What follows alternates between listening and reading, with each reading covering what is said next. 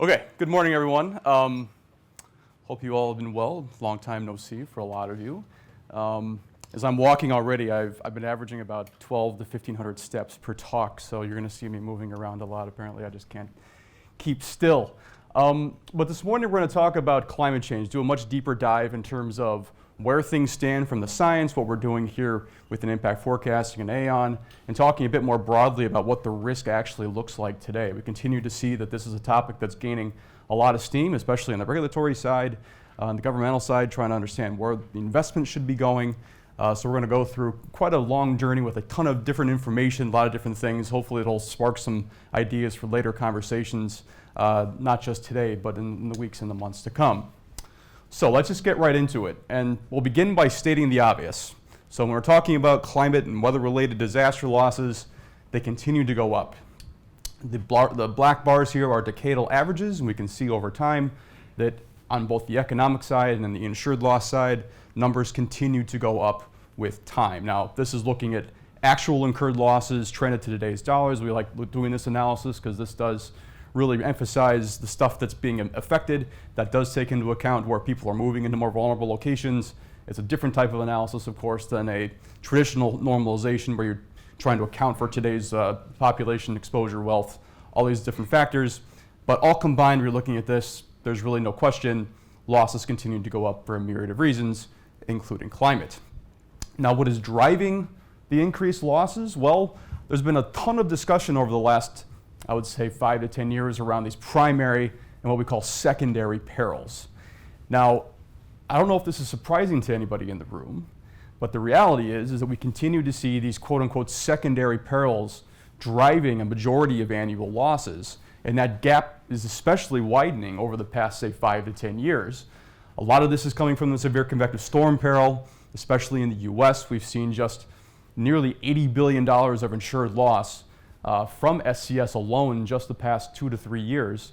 And Eric, by the way, there was probably $1 billion of hail loss in the US last night, just an FYI. But we're also seeing it in flood.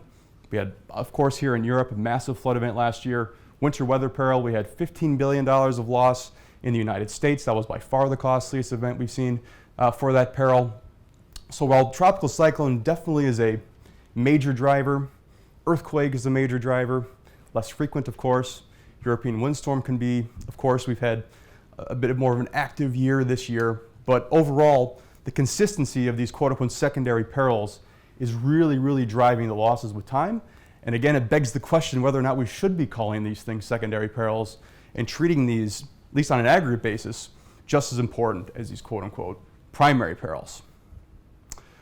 So when we're trying to talk about and identify risk, I'm phrasing this as trying to come up with this more simplistic way of bringing all of the complexities together and highlighting what risk looks like. So it's the totality of the hazard risk. We initially find most people are really obsessed with the overall frequency of the events. And while that's really important, it's not the primary driver in terms of why the losses continue to go up. What's really changing, at least from a climate standpoint, is the behavior of the events. We're seeing this change, especially in tropical cyclones. We're seeing it with other, with flooding, with more intense precipitation per event, more extremes around temperature. But the behavior is where you're really starting to see more of a change when we're talking about climate influence in individual events. When it comes to the losses, the location is arguably the most important component of all this. So that's why we're so interested in what the population migration trends are, where people are moving, how they're moving. It's really important because, as we know, if a big event hits an area with a lot of people, the losses are going to be much bigger. The best example of that is in the US. We had a record number of tropical cyclone landfalls in 2020, but you compare that to, say, 2017, fewer landfalls, but significantly more losses in 2017 just because those storms in 2020 hit less populated areas. Probably the most important for a lot of folks in this room is the readiness of the communities that are facing the increased extremes of these events. How we're building, where we're building, and I'm going to show you some examples at the end of the talk today, is critically important in terms of how we're trying to limit risk and at least prepare for the risk. We have enough examples now to know that there's things we can do to limit the risk from these big events. So as we're putting all these things together, to the totality of the risk, we really need to be preparing today for the weather and climate events of tomorrow, because there's no going back at this point, especially as we continue to see more and more carbon emissions and temperatures continue to go up and really disrupting the broader climate system. So this is just reemphasizing the fact that, yes, losses are going up, and a lot of that's because of these billion-dollar events, these bigger events. The US, of course, is the predominant driver, and you can see the SCS peril especially is really driving the majority of these totals, more than 100 in the last 30 years alone, but it's really skyrocketed in the last, say, 10 to 15 years. Here in EMEA, of course, we've seen European windstorm is the highest frequency of these billion-dollar disasters from an insured loss standpoint. Flood as well. If you have your app, it's a little bit easier to see with the colors split out, but we can just see that the frequency of these events are definitely continuing to go up. So when we're talking about climate-related losses, again, I've already highlighted on this little bit around, it's the frequency is an important piece, but really it's the behavior of the events is changing. You combine that with more people and more stuff in harm's way. That, of course, is leading to the greater losses. But a new wrinkle in all this in the last couple of years is really around the dramatic increase in terms of replacement cost. That is going up. The inflationary pressure is driving this. Impacts the supply chain, labor shortages, increased costs for labor. Things in the US, which I'm sure a lot of you are involved in what's happening in the Florida market right now, the litigation, the third-party claims, the assignment of benefits component is additionally driving up how much cost it does, how much we're paying in terms of getting people back on their feet and paying out these claims. So you put all these things together, and the result is higher weather-related losses. Okay, so let's go a little bit deeper in terms of climate change. And we can't get into this without talking about the uncertainty and talking about just the overall changes in the behavior of these events. So this is a really complex topic, okay? There's really nothing else to say. Now, most of the focus, we've already talked about hazard, we'll get into hazard a bit deeper, but when we're talking about, again, the totality of the risk, it's all of these different pieces are all equally important in terms of how we're thinking of the risk and how we're trying to prepare for the risk. The exposure part, I've already talked about it. Uncertainty, we'll get into it in a little bit, especially around our collaborations that we have on the academic side. We've already talked about the people and where they're moving is really important. The attribution component is probably the most exciting. We have the longest way to go in terms of fully understanding how much climate change is contributing on an individual basis to events. Just simply meaning that if an event happens, if you have X% more rainfall, for instance, how does that translate into dollars? We're not quite there yet. We have a ways to go, but we're getting closer in terms of how we're understanding what those fingerprints of climate change really look like. The last piece is probably one of the more interesting ones, is around the non-physical component, where we're certainly seeing more of these secondary and tertiary effects, impacts to supply chain, health, really you name it. You go through our annual report that came out in January. There's your plug, Alexandra, through our great report that came out. But we go through a whole myriad of topics in terms of what climate risk looks like that's beyond what's traditionally considered the low-hanging fruit. Because this is really a much broader topic that's affecting people that they don't even realize it at this point. But that's another really critical piece. And as we get into more of the regulatory standpoint, rating agencies are starting to require more of these stress tests and showing what you're doing around climate to make sure you're taking into account. Climate is just going to become an increasingly bigger topic that people are going to be seeking solutions. Now, in terms of the hazard and understanding the uncertainty, this is a look at where the current science stands and our understanding of this on a per peril basis. But it's critically important to note that climate change influence and the behavior of these events definitely changes by peril and by individual region. It's not a one-size-fits-all. Climate change is just not, say you adjust it by 5% and that's climate for each peril. That's not how this works, unfortunately. So if we start from right to left, this gets into how confident we are in terms of what climate risk looks like and how it's being affected or how it's influencing the individual events. So we feel pretty comfortable around temperature, so that's extreme heat, it's extreme cold. We've seen more influence on what we call the jet stream, and that's allowing, really hot air to stay in place or really cold air to stay in place. So that's where we feel most confident as we make our way down from right to left. Heavy rainfall, we know with a warming atmosphere, more opportunity for heavier rainfall to occur per event. As we go further down, tropical cyclone, I'll get into this actually in the next slide. Less certainty, frequency again, not really going up, but behavior of the storms is definitely starting to become a bit more obvious. Perhaps surprising, the peril with the least amount of confidence in climate influence is SES. Now again, if you look at the United States, for instance, we have great data. There is no trend in terms of whether we're seeing more tornadoes, more hail, more straight line winds. It's generally flat. But where things might be changing is the environmental conditions that allow larger outbreaks to occur. There's some evidence that that may be happening, and I'll show you some of that in the upcoming slides. But again, just wanted to show you where the current science stands, and that, again, it's not a one-size-fits-all thing when we're talking about what climate risk looks like on an individual peril. Okay, so I mentioned we would go in through a couple of perils here just to highlight where we might be seeing some change in influence on climate, from climate. So for tropical cyclone, as I mentioned, there's really no change in terms of the number of storms that are occurring. But the area where it is changing is around what we call rapid intensification. So this is when a storm within a 24-hour period intensifies by at least 30 knots. So if you go back over the last 30, 40 years, which is when we have the best global and most highest quality global data, the 30-knot RI is generally pretty flat. But when we're talking about these explosive rapid intensification events, this is really where we're seeing a notable shift in terms of higher frequency of these events occurring.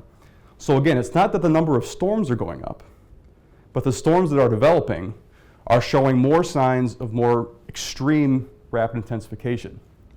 Now, it's a bit hard to see, unfortunately, but this top part here, in the blue is from 1990 to 2009. This should be red, shows the last 10 years or so. What's concerning is how many of the red dots are going up immediately along the coastline, which is a change in the behavior. Typically, storms, as they start to get close to a coastline, they start to weaken. The core gets disrupted by frictional effects of land, but that hasn't been happening as much lately. And we're seeing storms rapidly intensifying up to Cat 4, Cat 5 intensity and making landfall and causing much more damage. That's a pretty concerning change. So again, this is why frequency is important, but it doesn't tell the full story. And there is some data emerging here that does show that the behavior is changing, and because of that, especially the more coastal risk continues to go up. That's something we need to be paying much closer attention to. For SES, again, this is a bit tough to see, but the biggest takeaway in terms of where there has been a change is around tornadoes. So in the US, we typically look at this area here, or historically thought this is the traditional tornado alley. But in the last 15 years, 20 years or so, you can see that shift has come down into the southeast. Now, a lot of that has to do with the fact that we've seen more instances of La Nina during that time. And when that does happen, the jet stream pattern shifts, environmental conditions shift, and you get a change in terms of where we expect tornadic activity to occur. So that might be one thing where we're starting to see some change in terms of environmental conditions changing. Hail reports, large hail, really not changing too much, but as we're combining more people into high-risk areas, that is certainly leading to greater loss costs. Same thing for damaging winds. There's not really too much of a significant change in terms of where the reports are being found. The biggest change is perhaps up in the Midwest. Some of this data is certainly skewed from the massive derecho in August of 2020. But overall, no obvious signs at this point of any change in frequency. When we're talking about precipitation/drought, this is looking at data from the latest IPCC report, the 4.5 scenario. We can see that, of course, there's going to be some changes in terms of where we expect heavier precipitation to occur or less precipitation. The big challenge in terms of precipitation forecasting, especially around climate, it doesn't take into account if you get all of your rainfall in one event and no rain the rest of the year, The average says it's fine, but the reality is you're probably in a significant drought. So we have to take this with a grain of salt in terms of how you're handling precipitation forecasting, because again, it just depends on the type of event and what the rate of occurrence is. So again, this is another area that we're certainly pretty focused on in terms of where there might be changes in the future. The last one is wildfire risk, and I wanted to show something slightly different in terms of how wildfire risk plays into the broader climate, what we call the climate change feedback loop. And really all this graphic is trying to show is how all of this is all tied together. So warming temperatures leads to more thawing of the permafrost, greater carbon emissions, all these things are interlinked, and that's leading to increased fire risk. And in the US and other parts of the world, Australia, even parts of Europe and Siberia and Russia right now, huge fires there. I wish we had time, Michal, to get into that, because a lot of the firefighters in Russia, they're actually fighting in Ukraine right now, and a big portion of Russia is burning at this point. So that's actually a pretty significant humanitarian story if you want to follow that. That's off the beaten path a bit. But anyways, in terms of fire risk, again, what's changing is that we traditionally have thought wildfires were in a season. But now we're getting to the point where there is no season. It's a full calendar year risk. In the US, on New Year's Eve, in Colorado, which is typically a very snowy place, had a multi-billion-dollar wildfire event. We've already seen major wildfires across most of the West this year, and we're not even close to being in the traditional peak season yet. So this is a risk that is definitely growing and something that we have to consider that's beyond just our traditional time periods.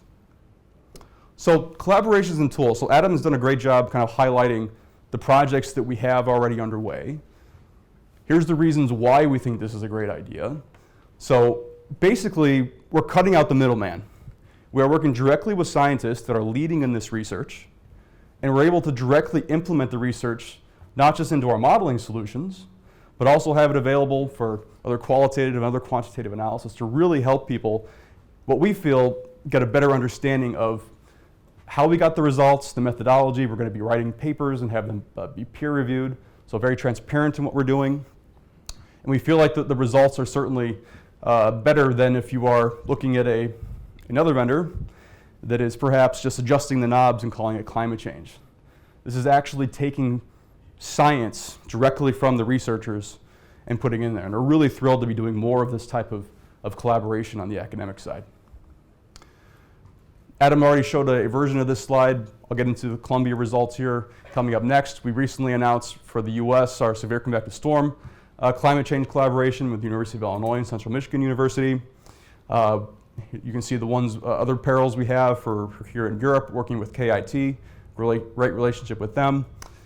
We are very, very, very close to announcing another climate change collaboration in the US for the wildfire peril, so please stay tuned. Eric will give you some more information on that later today. But we definitely have more to come. So this is something we really, again, are investing heavily in and feel like this is really the way to go in terms of how you're implementing climate change solutions into our industry. So for Columbia, so I think there's a few folks I see that I've actually done some presentations with here in the room. So I won't go into this too much, but we are well underway in terms of our relationship with Columbia. We are now in our phase 2B component, which means we've already gotten our CMIP6 results, which have just done simple adjustments to our current hurricane event set. What is to come is a true set from the ground up climate change solutions that have been built by Columbia that will be able to be deployed into elements, and you can run that against our base current event sets to show and see where the deltas might be changing. We're very excited. We're also going to be doing more research into individual storm parameters. How is the storm changing from an intensification standpoint, frequency standpoint? Is it slowing down going into the point of landfall? All these other bits and pieces which we think are really quite interesting and intriguing to come. We will be doing the same thing for starting in the Atlantic and shifting into the Western Pacific and Australia in 2023 as well. So this is a global view. One thing I don't have on here, which I'll very briefly talk about, so now we're getting close to time, is a lot of the CMIP6 the global climate models show a bit of a bias.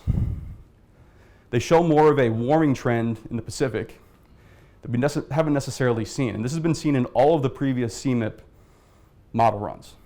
And that means that that's showing a persistent El Nino-like set of conditions, which means you're boiling the Pacific and you should be getting way more typhoons than we're actually seeing.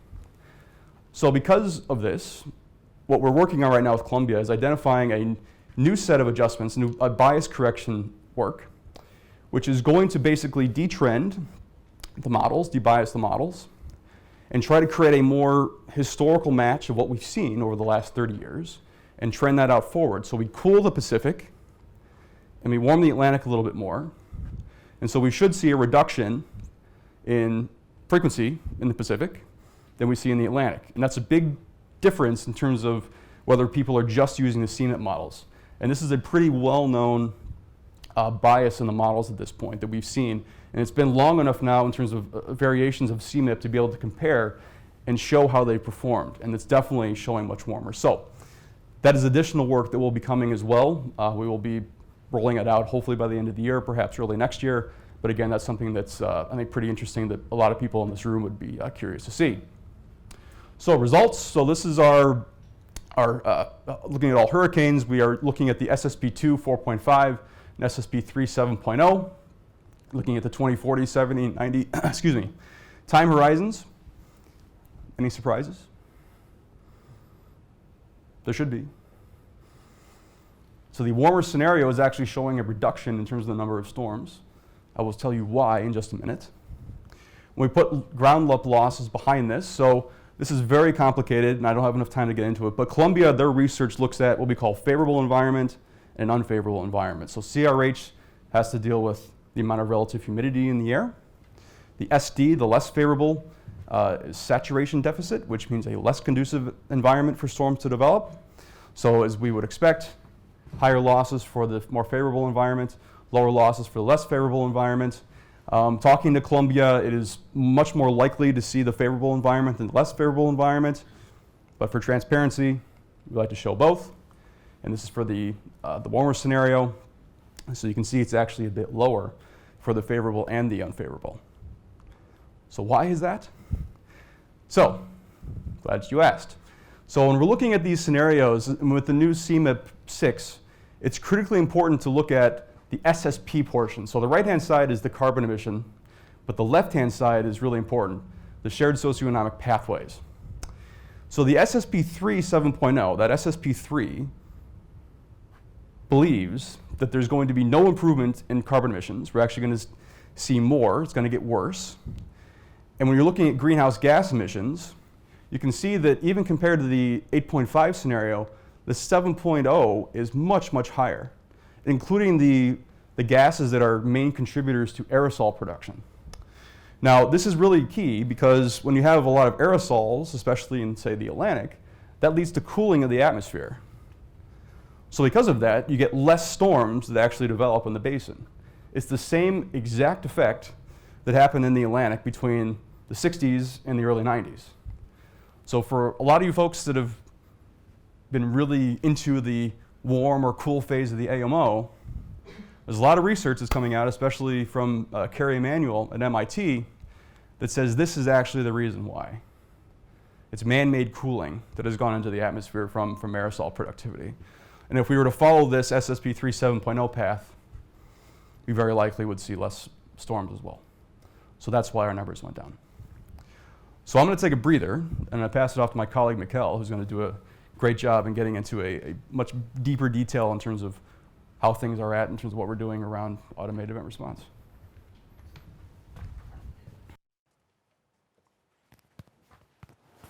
Okay, it works, yes.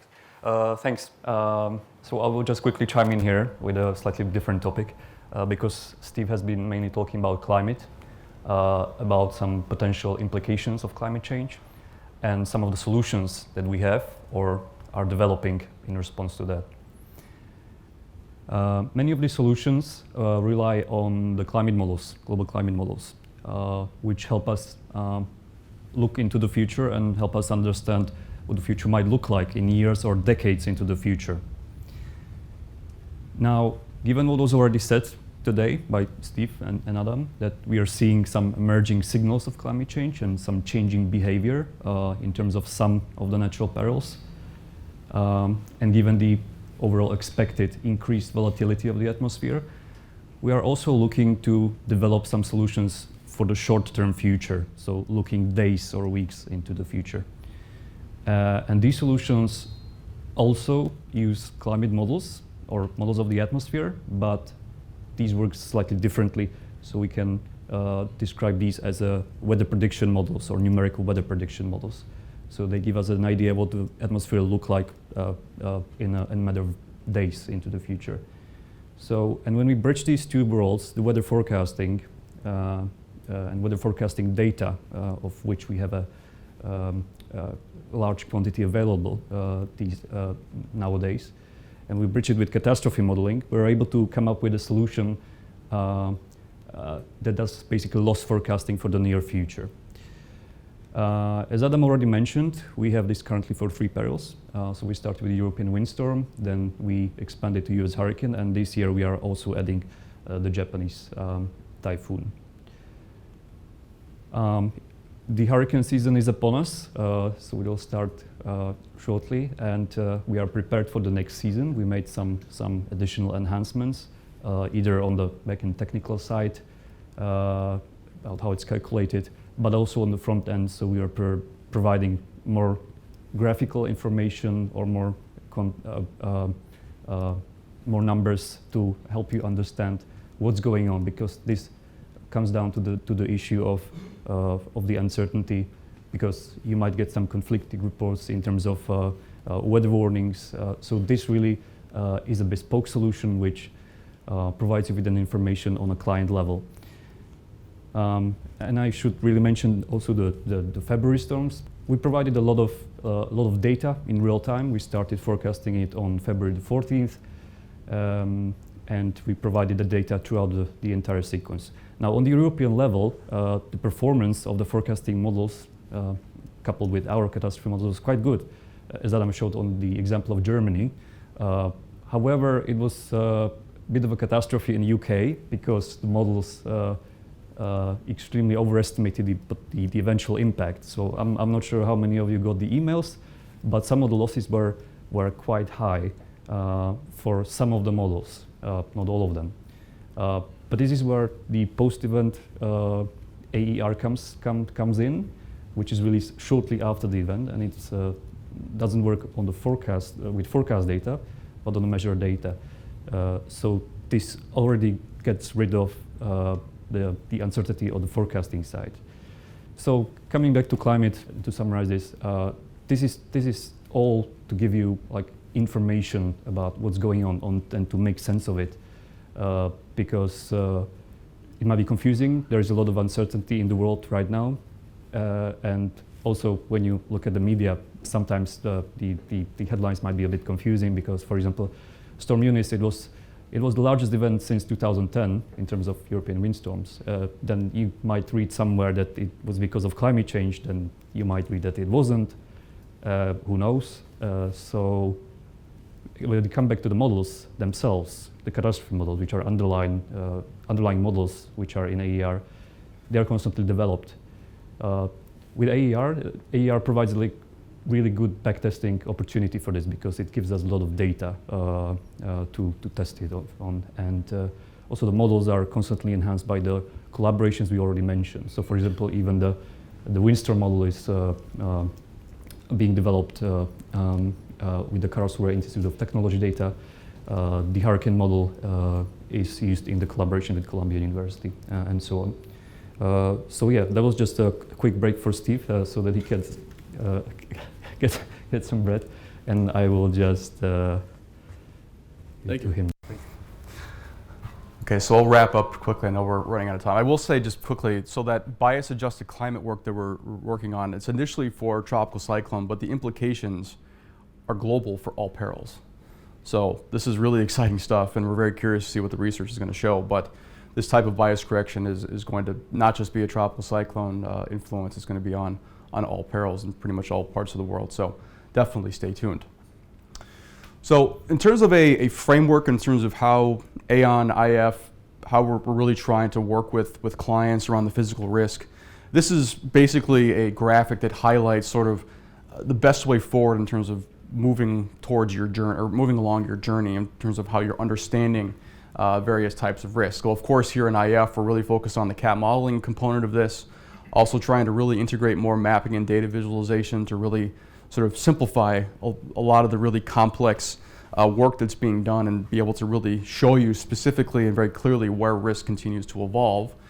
Taking the various scenario modeling, looking at taking these brand new climate change event sets that are coming out of academia into our modeling solutions to really give you a much better set of opportunities to do more test type of scenario analysis, and then allow you to get more into that mitigation transfer standpoint and communicate the risk to eventually your end user to get a better handle, especially on the regulatory side and answering a lot of these climate-related disclosure questions that are coming, or develop any type of brand new insurance scheme if you want to develop, say, around parametric coverage or things like that. These are all the different ways that we are certainly here to try to help you along your journey as you're taking climate change more into account. Now for me, what I would recommend, where we all need to be starting as an industry, is telling people to start building better and smarter. These are two examples here of two perils that highlight where we build the right way worked. So this is Hurricane Irma. This is in the Florida Keys in 2017. This home on the left was built before Hurricane Andrew in 1992. The house on the right was built after Hurricane Wilma in 2005. One house was destroyed. One house didn't have a scratch on it. If we shift to the graphic on the right, this is from the Marshall Fire. This is that Colorado fire that I mentioned at the end of 2021. All the red dots here are homes that were completely destroyed by the fire, except this one house that was built to what we call IBHS Fortified Code. That's a group in the United States. It's an engineering firm that really works to test different types of material and construction practices to see what's the best case thing we can be doing to limit the risk. And we can see that that house within a bunch of homes that were completely destroyed barely had any damage whatsoever. So while we can't eliminate risk, we can certainly minimize risk quite substantially. And we're seeing growing examples across multiple perils where if we build smarter, we can actually limit the risk and reduce some of the loss potential.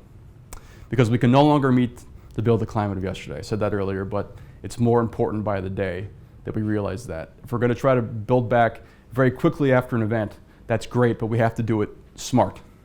We can't build the way it was before because it's just simply not a solution if we're not looking to see repetitive loss. So I'll leave with a final slide with a bit of hope, because I know this is often a depressing presentation for a lot of folks in the room. So the gray bars are looking at the full swath of temperature scenarios based on the latest IPCC report. The red here is indicative of where the current policy and future commitments are from governmental bodies and private sector groups. And we can see that it's definitely much narrower, it's much lower. It's still not great, by the way. Any of these scenarios is not good. It's going to further warm and disrupt the climate system and lead to more extremes.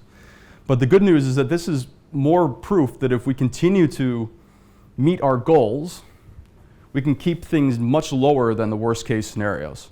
We have a lot of work to do, but here is at least a hopeful set of solutions here that shows if we do plan, we do things a smart way, we can at least make this a less bad endpoint. So thank you very much. I know I'm running a few minutes late. Around the rest of the day, be more than happy to sit down and go into any of these topics with a bit more detail, but otherwise, thank you for your attention.